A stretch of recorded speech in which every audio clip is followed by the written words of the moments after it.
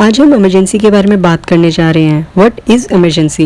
Emergency का मतलब क्या है? इमरजेंसी का मतलब है सडनली ऐसे सर्कमस्टांसिस का अराइज होना जहां सारी की सारी पावर पब्लिक अथॉरिटी के हाथ में दे दी जाती है।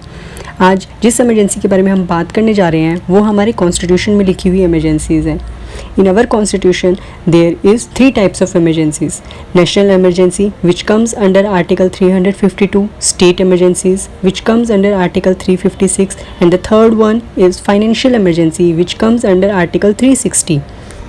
If we talked about national emergency, then national emergency was firstly declared in India in the 1962 war with China. Second time it declared in 1971 with Pakistan war.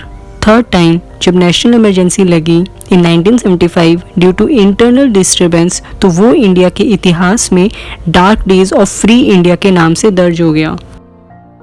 First time जब national emergency लगाई गई तो उसका time period था 1962 से 1968 when the security of India was declared as being threatened by external aggression. Second time during the Indo Pak war, V Giri was the president at that time. Third time, under controversial circumstances of political instability, the emergency was declared. On the basis of internal disturbance, Fakhruddin Ali Ahmed, who was the president at that time, was declared the third emergency. 25 जून 1975 को रातों रात ये emergency लगा दी गई थी। उस वक्त president थे फखरुद्दीन अली अहमद, जिन्होंने पीएम इंदिरा गांधी जी के बोलने पर नेशनल इमरजेंसी डिक्लेयर कर दी थी अंडर आर्टिकल 352। डेमोक्रेसी इंडिया के सबसे डार्क डे इस दिन को कहा जाता है। इस इमरजेंसी के बाद कई नेता रातों रात अरेस्ट कर लिए गए थे।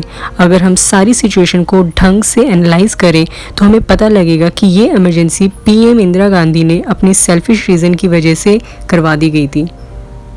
इस सिचुएशन को देखकर ये तो साफ था कि इंडिया डेमोक्रेसी से हटकर डिक्टेटरशिप रूल में आ गई है।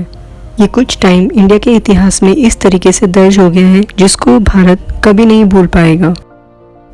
ये वो लीडर्स हैं जो 1975 की इमरजेंसी के बाद रातों रात गिरफ्तार कर लिए गए थे विदाउट टेलिंग देम कि उनका गुनाह क्या है और किस जुर्म में उनको कैद कर लिया जा रहा है।